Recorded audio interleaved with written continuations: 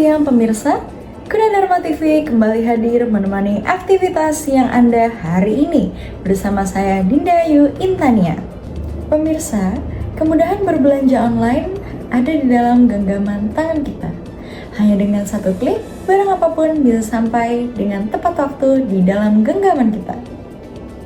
Namun, di balik kepratisan e-commerce, ada sebuah fenomena yang cukup mengkhawatirkan, yaitu melonjaknya perilaku konsumtif dalam berbelanja online. Sifat impulsif yang dipicu oleh diskon kilat, promo tanggal kembar, atau fenomena FOMO, atau takut tertinggal tren, perlahan-lahan mengubah kebutuhan menjadi keinginan tanpa batas. Lantas, bagaimanakah fenomena ini mengikis stabilitas finansial masyarakat kita? Simak laporan khas redaksi Gunadarma TV selengkapnya. Selamat siang, dengan saya Citra. Saya sekarang sedang berada di kampus D Gunadarma. Dengan kakak, boleh tahu siapa namanya? Baik, dengan Kak Rafli. Aku pengen nanya tentang impulsive buying yang sekarang lagi marak banget. Aku mau nanya, dalam seminggu belakangan ini, kakak itu berapa jam waktunya dihabiskan buat scrolling belanja-belanjaan online di platform online kakak ini? Kurang lebih pada minggu 3 sampai 4 lah. 3 sampai 4 jam. Ya. Iya. Oke. Pertanyaan kedua, sering nggak sih kakak belanja online dalam sebulan? Terus kalau misalnya kakak belanjaan apa sih yang biasanya kakak beli untuk sebagai hal selain? Yang biasanya kakak beli dalam sebulan itu apa? Kan biasa aku beli karena si cowok ya, kan hobi motor. Jadi biasanya barang-barang otomotif kayak belanja-belanja motor, dapat oli segala macam. Jadi itu barang dalam sebulan. Kalau beli. Kenapa kakak beli belanjaan itu di online? Kenapa nggak di langsung aja di offline? Lama karena harganya yang lumayan ya kalau konkuren sama online itu. Terus kalau ke motor tuh nggak semua konkuren lihat. Pertanyaan terakhir nih kak, pernah nggak sih dia beli barang sesuatu gitu, kita satu barang beli karena pengen, pas barangnya datang, pas sampai ternyata kakak nyesel belinya, kayak kenapa ya aku beli ini, karena nggak suka ya ini ya barangnya apa itu apa boleh jelasin nggak pak? Itu velg motor yang tipe ini tuh lagi emang tren. Cuma pas udah beli ternyata ya kurang karena itu ramai aja tapi bahannya tuh kurang, terus aku kayak jalannya nggak buat salah orang standar. Jadi yang itu paling gitu gara-gara pomonya itu. Terus banyak. Jadi kakak selama ini belanjanya tentang yang buat motor-motor gitu ya kak. Baik, makasih banyak ya kak. Terima kasih banyak yang satunya ya. Selamat siang ibu. Selamat siang. Boleh dikenalkan nama dan sebutannya hari ini kak? Saya Anita Zulkaida. Saya dasar anak-anak. Saya di Fakultas Psikologi Universitas Gadjah. Baik mbak, ini sedang membahaskan tentang impulsif buying. Iya. Apa sih tentang impulsif buying itu? Iya, impulsif buying itu kan dari kata impulsif dan buy. Nah, kalau kayak gitu kan berarti kita beli sesuatu. Impulsif itu istilah di psikologi biasanya kalau kita melakukan sesuatu itu saat spontan tanpa rencana kayak gitu ya, jadi langsung impulsif gitu. Nah, jadi kalau makanya impulsif buying itu berarti orang yang melakukan pembelian tanpa rencana, jadi biasanya impulsif tiba-tiba langsung spontan seperti itu. Nah, jadi masalahnya sekarang itu kan sedang trennya kalau impulsif buying itu bisa di mana-mana, ya dan ya bisa di usaha uang gitu kan ya, perbelanjaan. Nah, sekarang juga ada yang namanya online impulsif buying.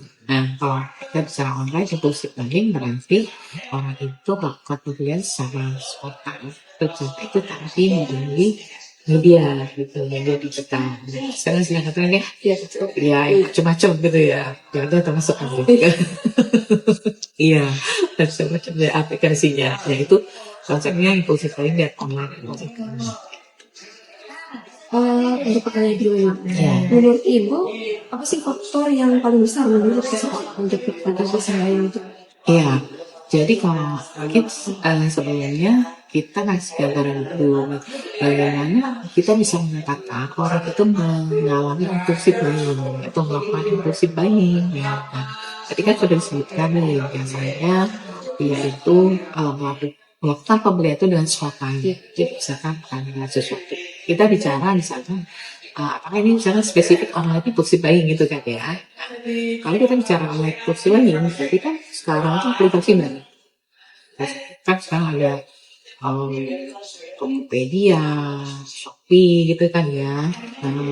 Banyak sekali ya yang kan mudah gitu kan. Jadi ciri-cirinya adalah apa? Jadi kalau misalkan memang itu langsung spontan, jadi membeli tanpa rencana gitu kan. Nah kemudian kadang orang itu nggak bisa mengendalikan gitu loh. Jadi tahu sih sebenarnya itu boleh agak tapi harus dikurangi, tapi dia sulit untuk mengontrol mengendalikan. Nah itu biasanya kita jaga itu kadang-kala akan kelihatan sekali dari misalkan pengeluaran yang banyak kayak gitu. Jadi banyak yang tidak direncanakan, pengeluarannya banyak, barangnya yang tidak dibutuhkan. Jadi saya ini misalkan itu ciri-ciri bisa dikatakan ya online positif itu. Nah sekarang sayanya apa nih orang itu kok bisa kayak gitu? Yang pasti itu ada faktornya. Jadi kan kalau kita melakukan perilaku itu pasti ada faktor eksternal dan internal gitu. Nah kalau faktor internal itu kita ini dulu deh faktor yang eksternal. Kenapa? Karena kan biasanya kalau faktor eksternal banyak gangguan ya. Pertama karena sekarang banyak fitur ya kan. Jadi banyak fitur pilihannya banyak sekali. Yang kedua banyak promo.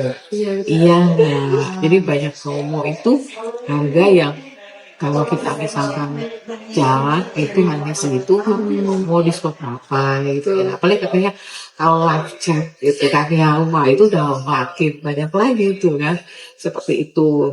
Kemudian barang-barangnya juga mungkin itu yang susah kalau kita nyari di itu harus kemana ya. Kita bisa beli barang yang dari misalkan dari banyak ada apa yang make up kosmetik atau baju juga gitu tuh yang kita perlu ini susah gitu kan, kita bisa dapetin mudah ya. Terus ada promonya apa, promo harga, ongkos kirim ya, nggak ongkirnya kayak gitu. Nah itu yang salah satunya gitu. Jadi banyak terus banyak kemudahan banyak gitu kan ya, mudah aktif buka tepat udah kan kayak gitu. Nah kemudian dari faktor internal juga ada gitu. Jadi biasanya ada kondisi-kondisi yang kita itu agak sulit mengontrol. Kan kalau sedang stres ya kalau kita sedang stres, emosi sedih banget, kesel banget tuh kadang-kadang kondisi kita sama aja tadi ngaruh ya. Seringkali kita kalau ketika kita stres di bawah tekanan kayak gitu seringkali itu ngaruh ke decision making. Ke decision making itu ke proses membuat keputusan gitu loh. Jadi pertimbangannya jadi agak lambat ya. Jadi itu spontan, jadi kesel, jadi melampiaskannya lebih ya gitu. Ini kan teman-teman juga tidak ya suka kayak gitu ya. Jadi itu kadang-kadang jadi apa ya? Kalau di psikologi itu istilahnya itu pelampiasan atau melepaskan emosi yang gak enak itu dengan berbelanja. Ada yang seperti itu gitu. Jadi itu untuk cara mengatasi stres, kecemasan, kemarahan, kesedihan itu kopinya adalah dengan tadi melepaskan. Ada orang yang makan banyak. Nah ini ada orang belanja. Jadi kalau udah keluar tadi itu rasanya itu ada. Nah itu ada bisa itu ya. Atau memang dari orang tersebut dia kontrol dirinya kurang bagus gitu loh. Jadi memang harus belajar mengontrol dirinya gitu. Atau juga literasi keuangan. Ya sekarang ada ya literasi keuangan itu kan berarti masalah pemahaman tentang apa yang masuk, yang keluar, fungsinya gitu kan ya. Nah itu juga jadi ada kesempatan itu salah satu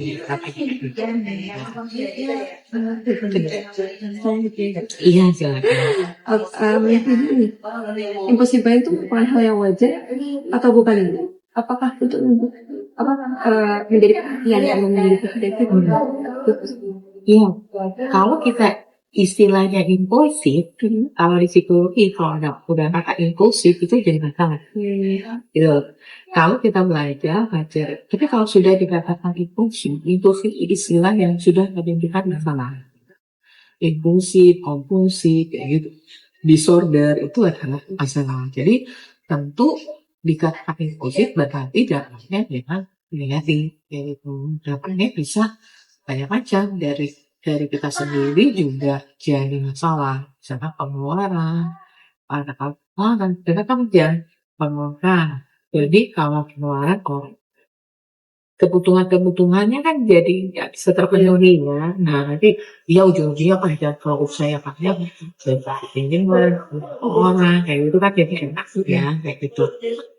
Kemudian itu juga khawatirnya kalau dia itu impulsif dengan hal seperti itu, tapi mungkin dalam kehidupan yang lain mungkin akan impulsif juga. Sekarang tetap marah aja. Bisa jadi kalau ketika marah ya tetap aja, ya enggak, atau misalkan ini apa gitu loh, mungkin kehidupan sehari-hari itu juga bisa gitu ya, itu yang impulsif. Nah itu dan itu bisa merugikan diri dan juga orang lain. Kalau dia misalkan hidup dengan orang tua, berarti dia kan uangnya dulu. Kalau dia sudah punya pasangan, itu juga kan pengelolaan uangnya kan jadi baik. Nah itu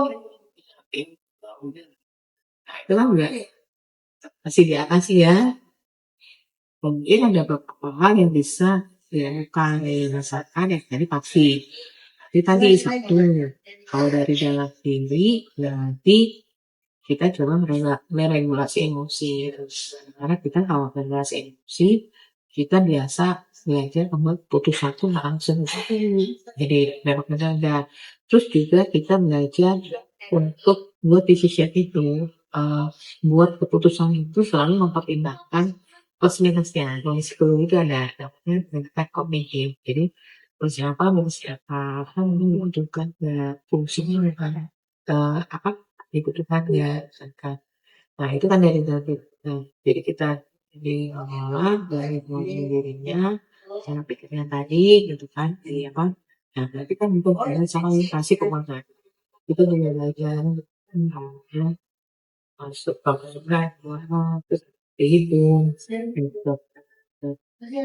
Apa yang bisa dioptimalkan, apa yang masih bisa dikatakan, dari itu dari asli gitu. Nah itu berkaitan sama fungsinya. Kalau yang berkaitan sama hubungan, ya aku tidak mau harus ya kalau kita mudah tergoda dengan ini ya aku tidak mungkin terus menutup beberapa hal ya misalkan tadinya punya Tokopedia, punya Shopee, punya ini ya harus dikurangi lah ya dikurangi satu sekarang kan orang nggak boleh langsung ini ya ubah ya misalkan tadinya ada 5 gitu terus jadi 2 kalau langsung dari 1 kan susah gitu ya terus tapi kemudian dilihat nih apa intinya jadi kita mendata lagi barang-barang tidak jadi kayak seperti itu apakah jadi memang pertingkatan akan digunakan atau tidak ya itu memang harus pelan ya kayak gitu karena ibu si baiknya juga berarti 90% dan sekarang mungkin kan juga bisa lihat nih biasanya saya ibu itu berkaitan sama kan ibu si baiknya kan spesifik mungkin ada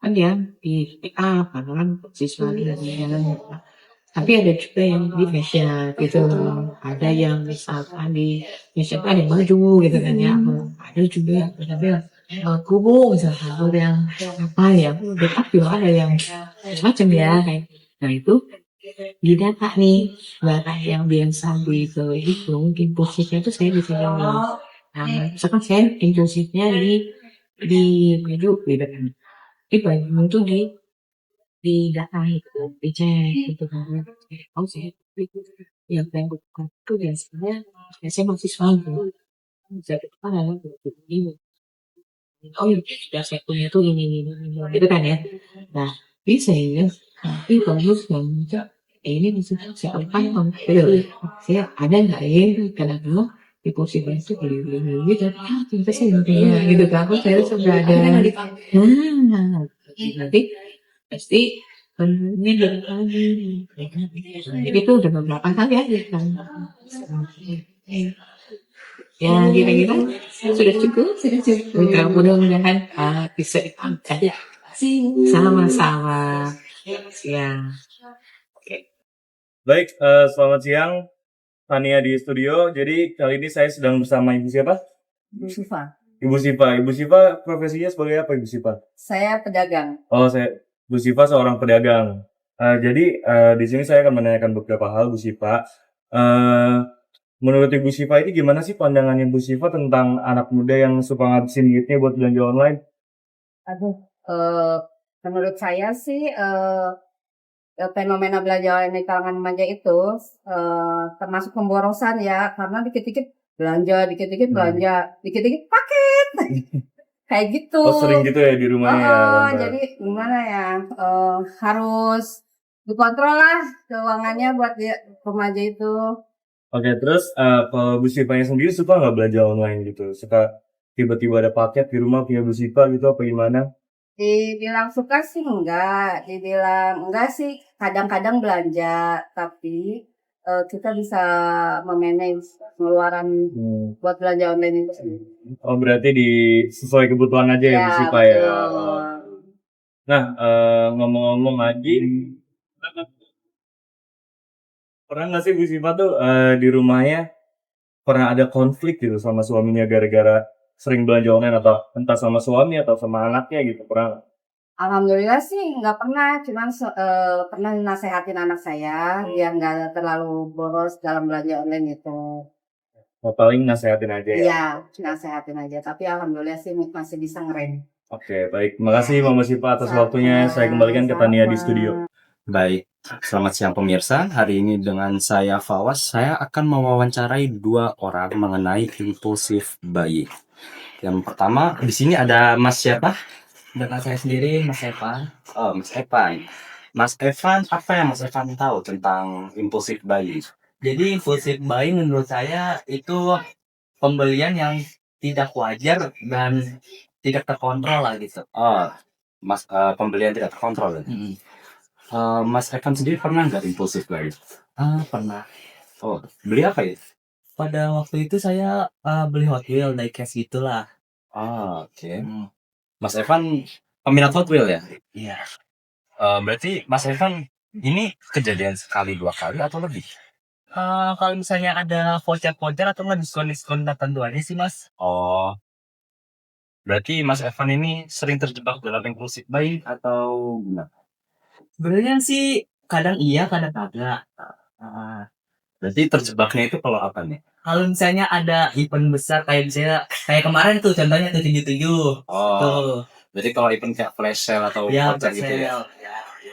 sale. Seberapa sering Mas Evan memanfaatkan fitur belanja online nggak? Tentukan sehari-hari Mas Evan.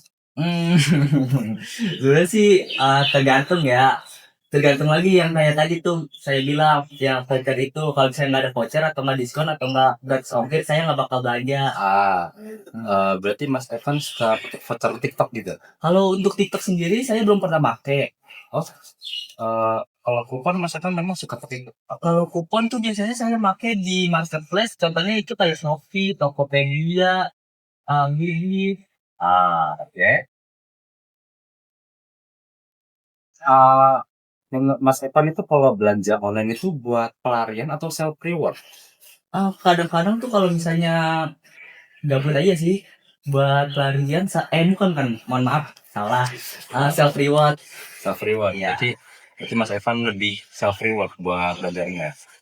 Terus kalau Mas Evan kadang kebablasan begini, bagaimana cara membatasi diri biar Mas Evan nggak bablas banget tuh kalau fashion? Ya kalau saya biasanya nge-close aplikasi tersebut dan melakukan aktivitas yang lebih bermanfaat. Oke, baik. Baik. Lalu kita move on pada orang kedua. Selanjutnya, kita akan mencari orang kedua untuk kita wawancarai. Kayaknya Mas ini berpotensi. Mas.